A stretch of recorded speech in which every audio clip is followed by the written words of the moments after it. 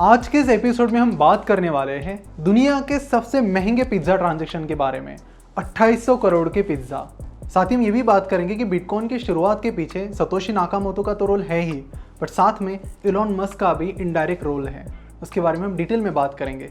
साथ ही हम लास्ट में ये भी बात करेंगे कि ये बिटकॉइन कैसे काम करता है और ये ब्लॉकचेन टेक्नोलॉजी कैसे काम करती है, और सबसे इंपॉर्टेंट, क्या आप माइनिंग कर सकते हैं या फिर नहीं। इन सारी चीजों के बारे में आज बात होगी। नमस्कार, मैं प्रसाद आपका ऑल अबाउट क्रिप्टो करेंसी के इस फर्स्ट एपिसोड में स्वागत करता हूं। और आज हम बिटकॉइन के बारे में काफी कुछ जानने वाले हैं। हर साल 22 मई को बिटकॉइन पिज्जा डे मनाया जाता है और इसके पीछे की कहानी बड़ी मजेदार है। 22 मई 2010 को लाज़लो हेनिक्स नाम के एक सॉफ्टवेयर डेवलपर ने 10,000 बिटकॉइंस देकर 2 पिज्जास खरीद लिए। उस टाइम बिटकॉइन की वैल्यू सिर्फ $41 थी और आज उन 10,000 बिटकॉइंस की वैल्यू 2800 करोड़ रुपीज है। इस पूरे मामले के बाद लाज़लो हेनिक्स की हालत कुछ इस तरह हुई।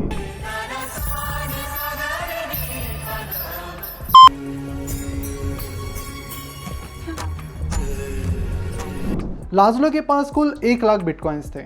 उन्हें अगर वो आज होल्ड करके रखते तो उसकी वैल्यू आज 28,000 करोड़ होती। और इसी इनफेमस चीज की याद में हर साल 22 मई के दिन बिटकॉइन पिज्जा डे मनाया जाता है। पिछले कुछ सालों से बिटकॉइन पूरी दुनिया में ट्रेंडिंग पर है। हर कोई बिटकॉइन और क्रिप्टो करेंसी की बात कर रहा है। जिस हिसाब से क्रिप्टो करेंसीज ने रिटर्न्स दिए हैं वो यहाँ पर चर्चा का विषय है। शुरुआत से यानी साल 2010-11 से लेकर अब तक बिटकॉइन की प्राइस बहुत ज़्यादा बढ़ चुकी है। लेकिन अगर हम पिछले कुछ सालों की ही बात करते हैं तो रिटर्न्स काफ़ी शॉकिंग हैं। अगर आप साल 2016 में एक बिटकॉइन खरीद लेते जिसकी प्राइस तब 39,000 रुपीज़ थी, तो अभी अगस्त 2021 में उसकी वैल्यू करीब 30 लाख रुपए होती। सिमिलरली अगर आप 2016 में एक इथेरियम खरीद लेते जिसकी कीमत तब 700 रुपए थी, तो उस एक इथेरियम की कीमत आज 1,70,000 रुपए है। तो पिछले 5 सालों में बिटकॉइन ने कंपाउंडेड सालाना 137% रिटर्न दिया है, इथेरियम ने कंपाउंडेड सालाना 182% और लाइट कॉइन ने 108% रिटर्न दिया है। तो ऐसे में जिन लोगों ने अपने बिटकॉइंस या इथेरियम पहले ही बेच दिए हैं वो कुछ इस तरह की बातें कर रहे हैं। भाभी मिल गई इधर ऊपर हवा में। चिंकी, तू बहुत चेंज हो गई रे। करेंसीज की हिस्ट्री की बात करें तो करेंसीज पिछले कई सालों से लगातार चेंज हो रही है। बहुत सालों पहले बार्टर सिस्टम चलता था। उसके बाद कई सारी जगह पर बार्ली को करेंसी के तौर पर यूज़ किया जाने लगा। उसके बाद आए गोल्ड और सिल्वर के कॉइन्स, कई बार कॉपर के कॉइन्स भी आए। उसके बाद अलग अलग किंगडम्स की अलग अलग करेंसीज आई और फिर उसके बाद डिजिटल करेंसीज आई और उसके बाद यहाँ पर क्रिप्टो करेंसीज आई है जो ब्लॉकचेन टेक्नोलॉजी के ऊपर बनी है।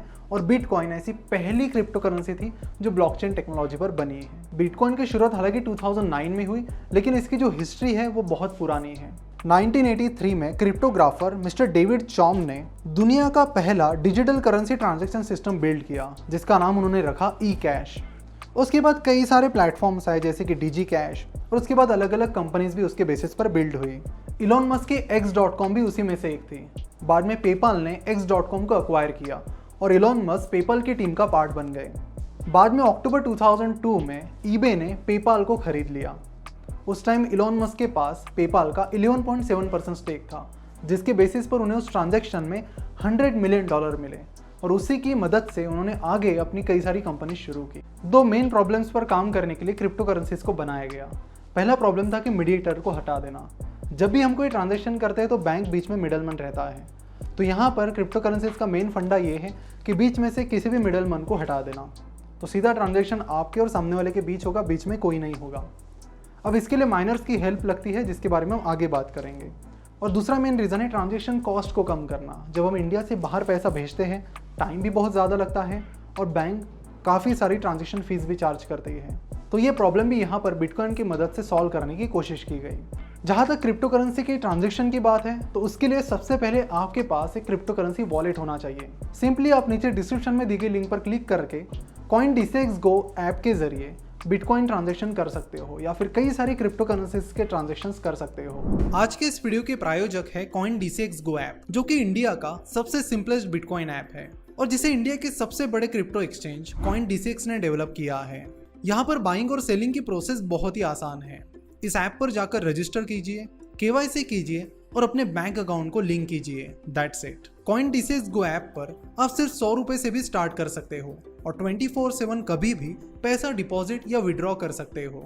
CoinDCX बहुत सेफ है और BitGo से इंश्योर्ड भी है, जो कि उनके कस्टडियन हैं।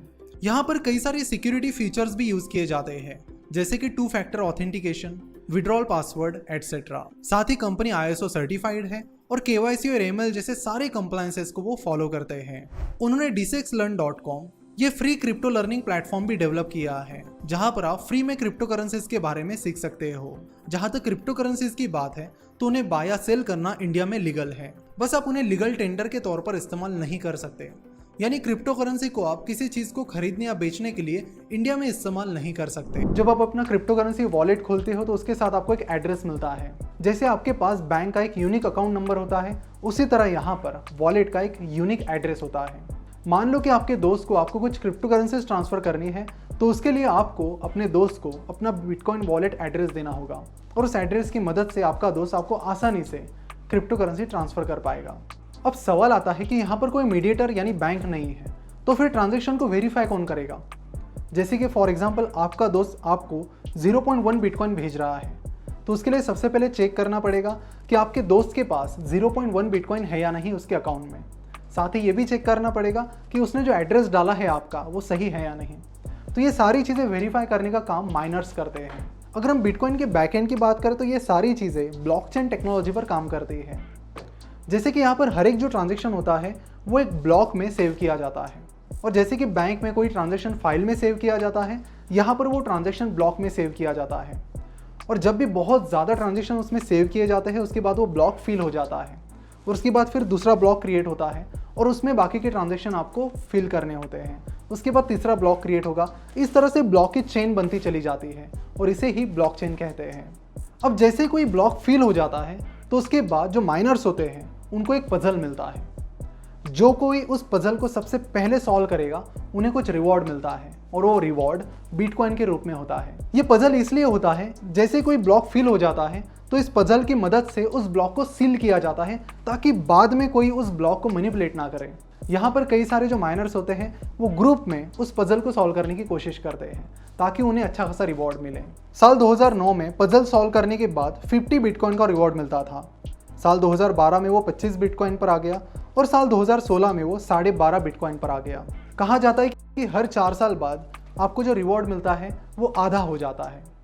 और यहाँ पर कई सारे लोग खुद कोशिश करते हैं, कई सारे माइनर्स ग्रुप में कोशिश करते हैं उस पजल को सॉल्व करने की। तो इस तरह से माइनर्स इस पूरे सिस्टम को मेंटेन करके रखते हैं और उसके बदले में उन्हें रिवॉर्ड भी मिलता है। अब यहाँ पर बिटकॉइन और बाकी क्रिप्टो करेंसीज इस वजह से भी बहुत क्रिटिसाइज हो रही है कि उनमें बहुत ज़्यादा पावर कंजम्पशन लगता है। बिटकॉइन में सालाना 113 टेरावाट आवर पावर कंजम्पशन लगता है। तो आपको क्या लगता है बैंकिंग सिस्टम में सालाना कितना पावर कंजम्पशन होता होगा? गोल्ड माइनिंग में कितना होता होगा? तो यहाँ पर बिल्कुल ज़रूरत है रिन्यूएबल एनर्जी को यूज़ करने की माइनिंग के लिए, क्योंकि जब भी माइनिंग की जाती है बहुत ज़्यादा पावर लगती है। अब यहाँ पर सवाल ये भी आता है कि क्या आप माइनिंग कर सकते हो या फिर नहीं?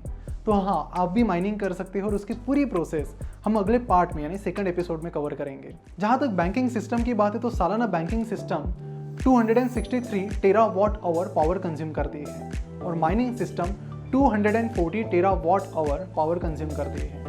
तो फिलहाल क्रिप्टो करेंसी से काफ़ी ज़्यादा पावर कंजम्पशन वहाँ पर हो रहा है, लेकिन हाँ, तो जिस हिसाब से बिटकॉइन में तेज़ी से पावर कंजम्पशन बढ़ रहा है तो यहाँ पर ज़रूरत है कि रिन्यूएबल एनर्जी के बेसिस पर माइनिंग की जाए। तो नेक्स्ट वीडियो में देखते हैं कि कैसे आप क्रिप्टो करेंसीज में माइनिंग कर सकते हो, और साथ ही अगले पार्ट में हम ये भी बात करेंगे कि बिटकॉइन की जो प्राइसेस जो तेज़ी से बढ़ रही है उसके पीछे कारण क्या है और किस बेसिस पर क्रिप्टो करेंसीज की प्राइस डिसाइड होती है। और आप हमें ये भी बताइए कि जो पिज़्ज़ा के एग्जाम्पल की हमने बात की वो पिज़्ज़ा कंपनी कौन सी थी जिन्होंने वो 10,000 बिटकॉइंस एक्सेप्ट किए, और फिर उन 10,000 बिटकॉइंस का क्या हुआ? तो नीचे कमेंट करके सारी चीज़ें आप ज़रूर बताइए। आज हम यहीं पर रुकते हैं इस एपिसोड में। तब तक CoinDCX Go ऐप नीचे डिस्क्रिप्शन में दी गई लिंक पर क्लिक करके ज़रूर चेकआउट कीजिए। अगला एपिसोड बड़ा ही ज़बरदस्त होने वाला है तो उसे बिल्कुल मिस मत कीजिए। सी यू सून। वीडियो कैसा लगा नीचे कमेंट करके ज़रूर बताएं, और आप और क्या कुछ जानना चाहते हो क्रिप्टो करेंसीज के बारे में वो भी हमें ज़रूर बताएं। Thank you so much for watching this video.